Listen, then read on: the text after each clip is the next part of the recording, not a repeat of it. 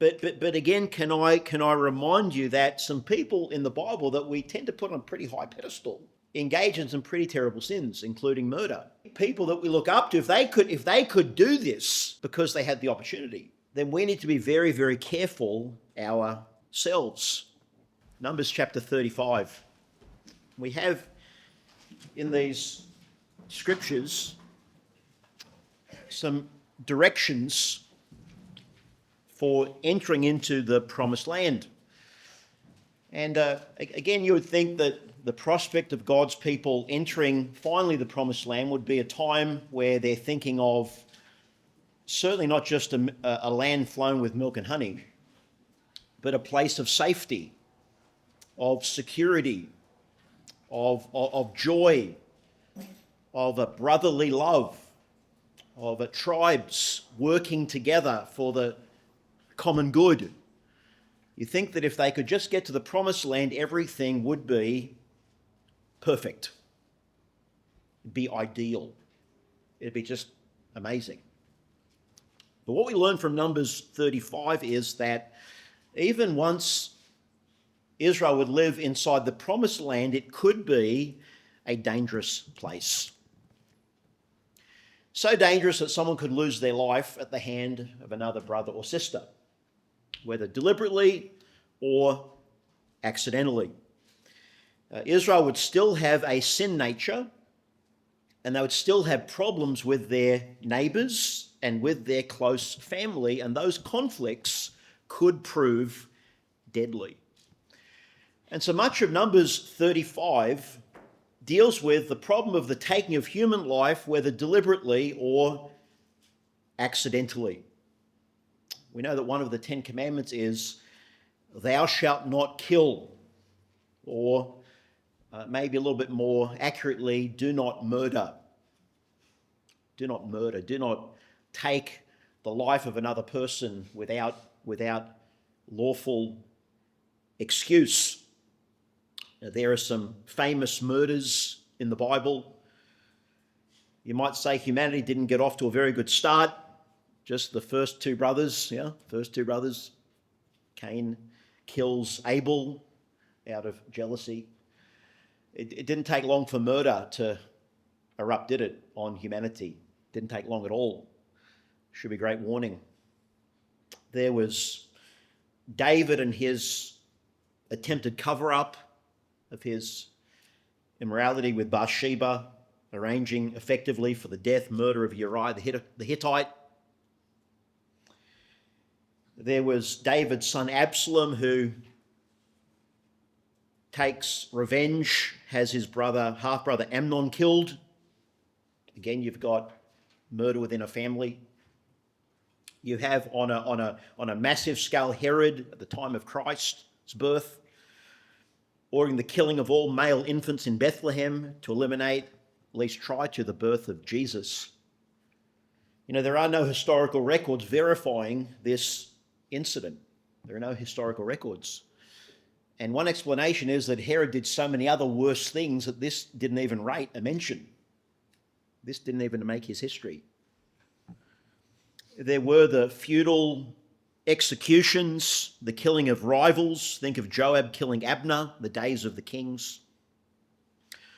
You might say that Jesus himself was unlawfully killed or murdered. There's a famous paperback by John MacArthur, The Murder of Jesus. And that word murder is not inaccurate. Why does God hate murder?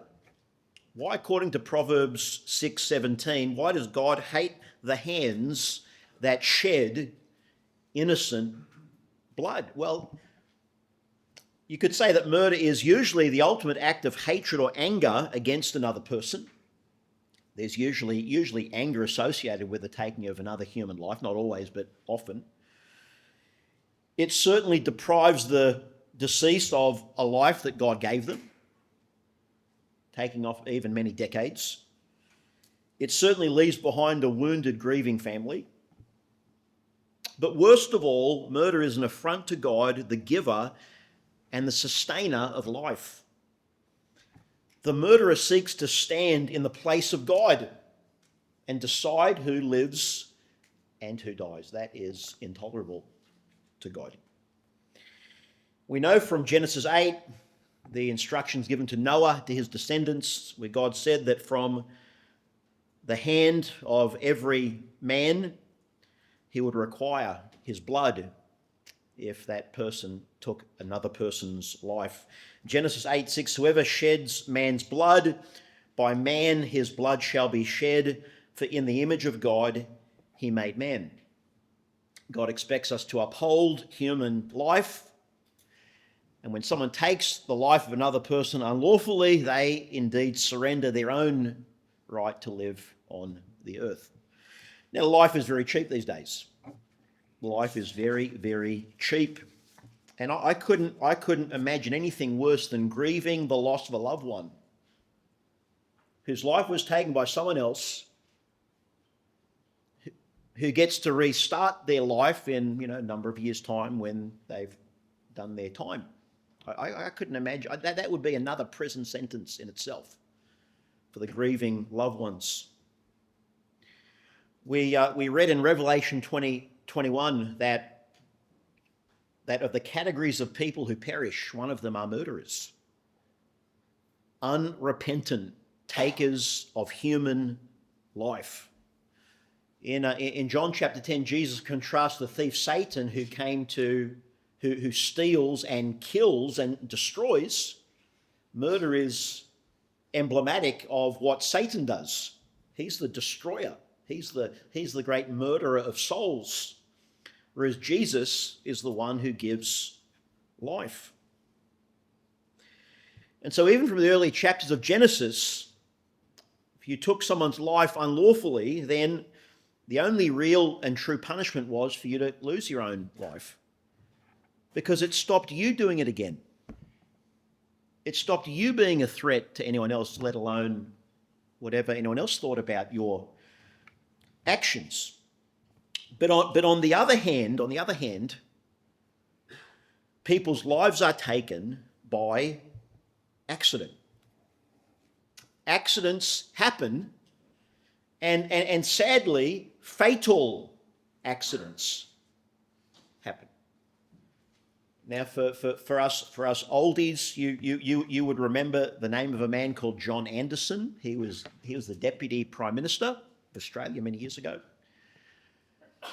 A Christian man, godly man. He has a podcast and interviews a lot of important people and makes a good contribution to, society and politics, culture.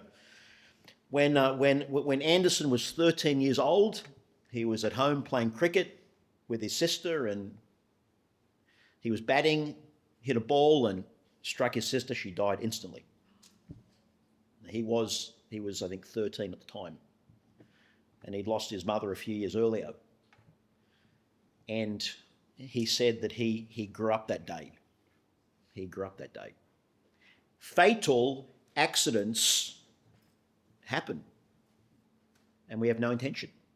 I have a friend who tragically, was reversing his car. He had a little boy, toddler, behind the car, didn't see him, and toddler lost his life. These things happen. The curse of death happens even without human malice or evil intent. And God doesn't demand the same penalty. He doesn't demand it. That would be unjust. God makes his condescensions and his allowances for our own human condition and frailty. And so what we have in Numbers 35 is a way of dealing with those who had taken the life of another person without bad intention and unwittingly. Look at verses 9 through to 12 of Numbers 35. The Lord spoke to Moses, saying, "Speak to the children of Israel and say to them, when you cross the Jordan into the land of Canaan, then you shall appoint cities to be cities of refuge for you, that the manslayer," now that word has the idea of you've taken someone's life, but there was no bad intention. You weren't a murderer, but you did take someone's life. Okay? "The manslayer who kills any person accidentally may flee there. They shall be cities of refuge for you from the avenger. Now don't think about the comics, please. Please. Now, an avenger wasn't even a policeman because there were no police. There were no detectives. But you had families and clans, and often you'd have a prominent uncle or father, whoever, who would take it upon himself to represent the family, to settle disputes, to organise marriages, things like that. And one of his roles was to deal with someone that had taken the life of a person within their family. It wasn't just vigilante justice, but it was a role people had, in lieu of police and detectives and things like that. So there'd be cities of refuge from you from the avenger. Someone heard someone in their family died, so they're going to start investigating and looking at what happened. That the manslayer may not die until he stands before the congregation in judgment. So if you took someone's life, didn't mean to, you got to a certain place, a certain city, and then you would then organise a time for your trial as to what happened. And look at verse 13. Of the cities which you give, you shall have 6 cities of refuge. There'd be 3 inside the land itself and 3 outside to cover those other tribes that didn't go into the promised land. Now these cities would be Levite towns. You might remember a number of weeks ago that the Levites were spread throughout the promised land so they could teach God's word to the people. It's been noted that there was some irony because remember back in Genesis 34 when Levi and one of his brothers took great revenge and bloodshed on Shechem and all the men in the town. Shechem had taken Levi's sister and forced himself on. He wanted to marry her. And so Jacob and his son says, well, if all of you get circumcised, then you can marry her. And so the Shechem and all the townships submitted to circumcision. And then, of course, Levi and the others came and slaughtered them while they were recovering. And a curse was put on Levi. He took human life without excuse. But God showed mercy to Levi and his descendants. They were the tribe of priests. And so the Levites should have remembered how much mercy God had shown to them, even in their great acts of violence. So verse 14 says there'd be cities either side of the Jordan. And look at verse 15 of Numbers 35. These 6 cities shall be refuge for the children of Israel, but notice this, for the stranger and for the sojourner among them, that anyone who kills a person accidentally may flee there. In other words, you couldn't get away with murdering a stranger in the land, a refugee, a migrant, male, female. Everyone had the same rights to life. Didn't matter who you were. All were made in God's image. We might say Jew and Gentile alike, all made in God's image. So God has this system of a person who takes someone's life, they can flee to a city, wait for their trial, and of course if it's accidental, they'll be safe. The question then is, well, when is it an accident? Because if you've taken someone's life without excuse, you're going to say, well, it was just an accident. I'm off to the city of refuge, thanks very much. I'm going to get the benefit of this accident. So what isn't accidental? Well, look at 16 through to 21. We're given an answer. But if he strikes him with an iron implement so that he dies, he is a murderer. The murderer shall surely be put to death. Okay? You're not going to strike someone with an iron,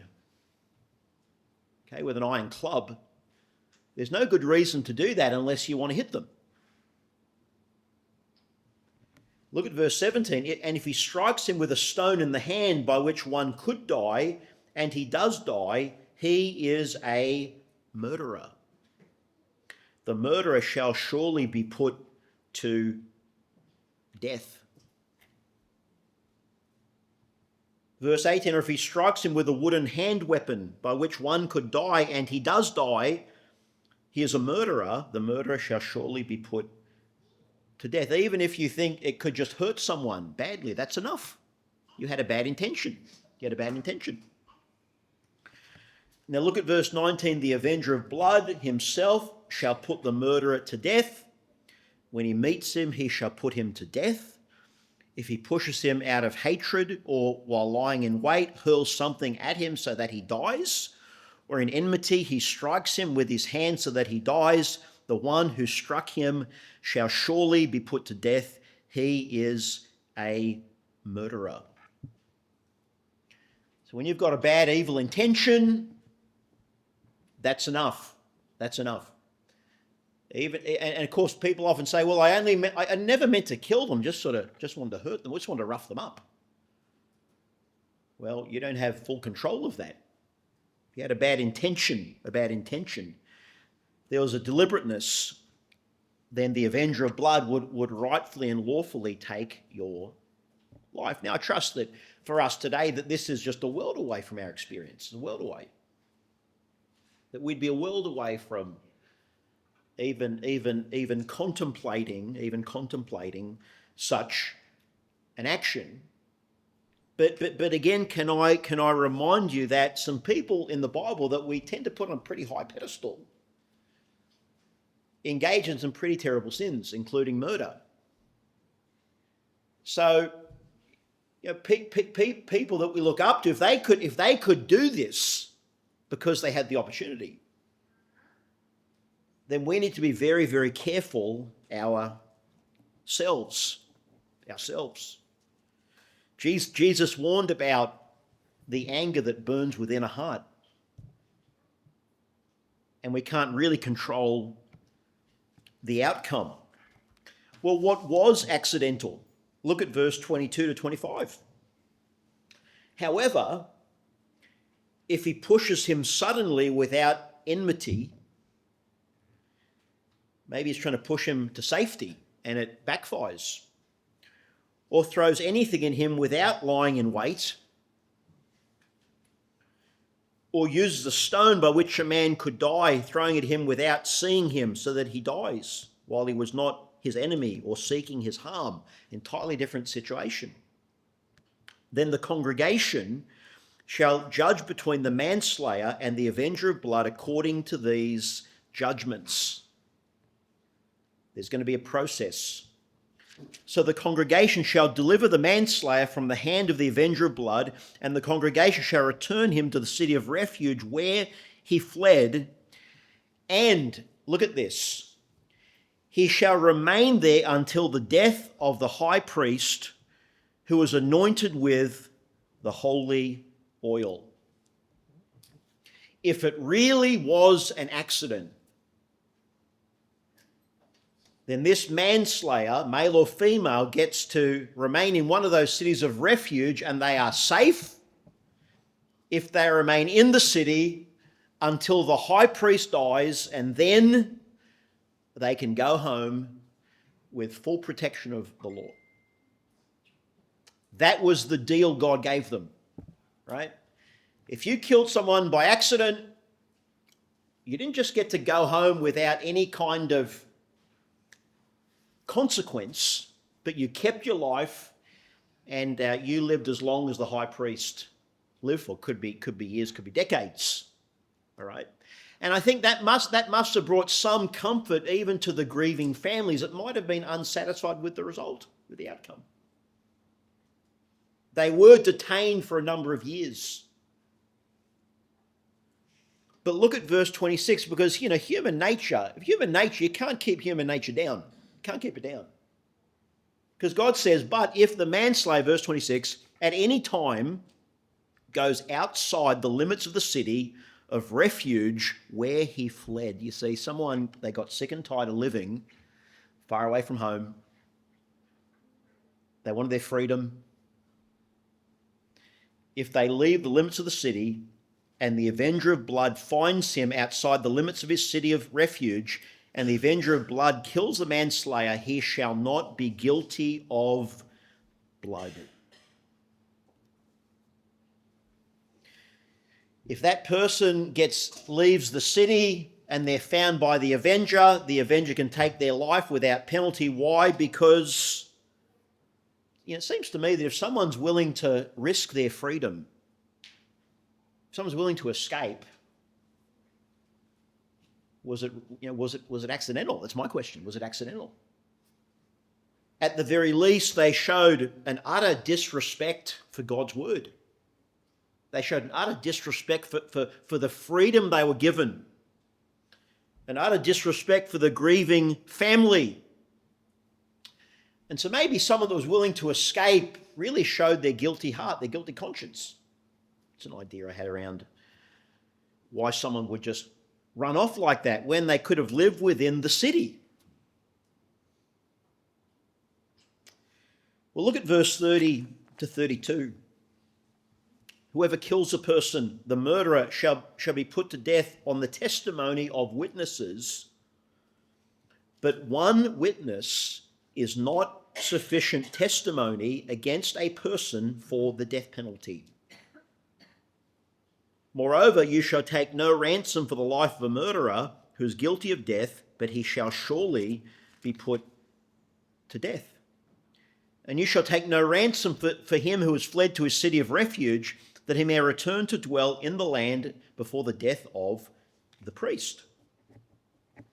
You had to have two people, which meant that some people certainly went free when they shouldn't have. Only one person was able to see anything. But this was a human way of safeguarding the process of someone being put to death. By the way, of course, God sees all this. God knows who killed who. God sees it all, but he has a rule by his word. He has a rule by his people, by the leaders. And God says, you're going to rule yourself. Here are my ground rules for you. I'm not going to come and tell the high priest who murdered so-and-so. I'm not going to reveal it to him and then he can just take that person's life. You've got to have some witnesses here. Now I'll tell you something, friends. On the day of judgment, friends, so to speak, when we stand before the Lord, right? Well, as believers, we won't be judged for our sins. God forgave them. God knows all about them. But God's knowledge of us is perfect. It's perfect. And all the things we may have done years ago are to God like they just happened. I mean, they're just fresh in his memory, fresh in his mind. And so, in fact, we should know ourselves that we are guilty before God. We shouldn't need witnesses to tell us of our guilt before God. We know them in our own hearts. But this was the process for the taking of another person's life. And God also says, listen, you can't take a ransom. You can't buy your way out of murder. It happens in some countries, doesn't it? It happens in many countries. You just buy your way out of prison and consequences. You buy your way out. You could be the wealthiest man in Israel and you could not buy yourself or your son or daughter out of murder. And there was no ransom to pay to get someone out of a city of refuge before the priest dies. You can't buy your way out of trouble. This is what you call corruption. This is inequality. And so God had no favours or exceptions here. Now you might ask yourself, but hold on a second. It was an accidental death. An accidental death. Look at verse 33 to 34. So you shall not pollute the land where you are, for blood defiles the land, and no atonement can be made for the land, for the blood that is shed on it, except by the blood of him who shed it. When a life is taken, the land is polluted. It is polluted. We live in a country where, by and large, pollution levels are fairly low. They are fairly low, right? There are places that you and I can visit, maybe you've lived in, where pollution is all around you. Pollution is all around you, all right? You might remember in those early days and weeks of COVID when the international aviation sort of shut down for a little while, there were people in different parts of the world, India, other places, where it's like, wow, we've seen these mountain ranges for the first time in our lives.